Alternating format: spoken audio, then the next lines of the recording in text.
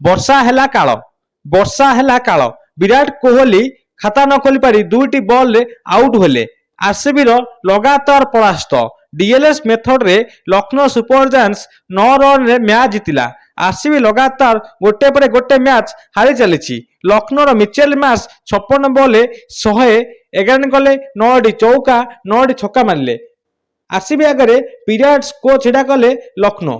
ହଁ ଦର୍ଶକ ବନ୍ଧୁ, ଗତକାଲି ଆଇପିଏଲର 50ତମ ମ୍ୟାଚ୍ ଯେଉଁଥିରେ କି ଦେଖାଯାଇଥିଲା ଡିଏଲଏସ୍ ମେଥଡ। କାହିଁକି ନା ମ୍ୟାଚ୍ ଆରମ୍ଭରୁ ହୋଇଥିଲା ବର୍ଷା, ଯାହାଫଳରେ କି ଟସ୍ ଜିତିଥିଲା ଲକ୍ଷ୍ନୌ ଆରସିବି ମ୍ୟାଚ୍ ମଧ୍ୟରେ ଟସ୍ ଜିତିଥିଲା ଆରସିବି ଏବଂ ବୋଲିଂର ନିଷ୍ପତ୍ତି ନେଇଥିଲା। ଲକ୍ଷ୍ନୌ ବ୍ୟାଟିଂ କରିଥିଲା।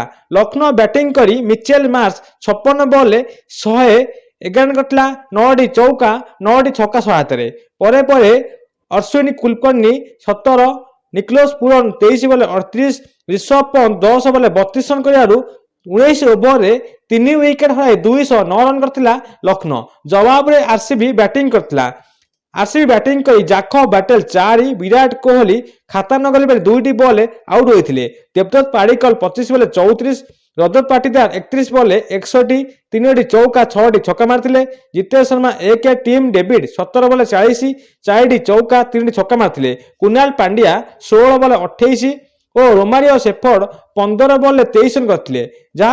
ଯାହାଫଳରେ ଆରସିବି 19 ଓଭରରେ 6 ୱିକେଟ୍ ହରାଇ 203 ରନ୍ କରିଥିଲା ଓ ଟାର୍ଗେଟ୍ ଥିଲା 213। ପଛରେ ରହିଥିଲା 9 ରନ୍ରେ। ଲକ୍ଷ୍ନୌ ଜିତି ଯାଇଥିଲା ଡିଏଲଏସ୍ ମେଥଡରେ ମାତ୍ର 9 ରନ୍ରେ।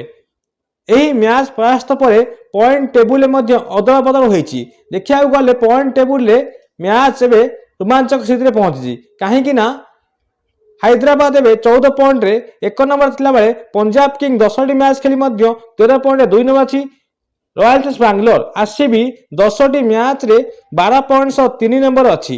ଆରସିବି ଆହୁରି 4ଟି ମ୍ୟାଚ୍ ବାକି ଥିଲାବେଳେ 2ଟି ମ୍ୟାଚ୍ ବିଜୟୀ କଲେ ଏବେ ପ୍ଲେ ଅଫ୍ ଖେଳିବ।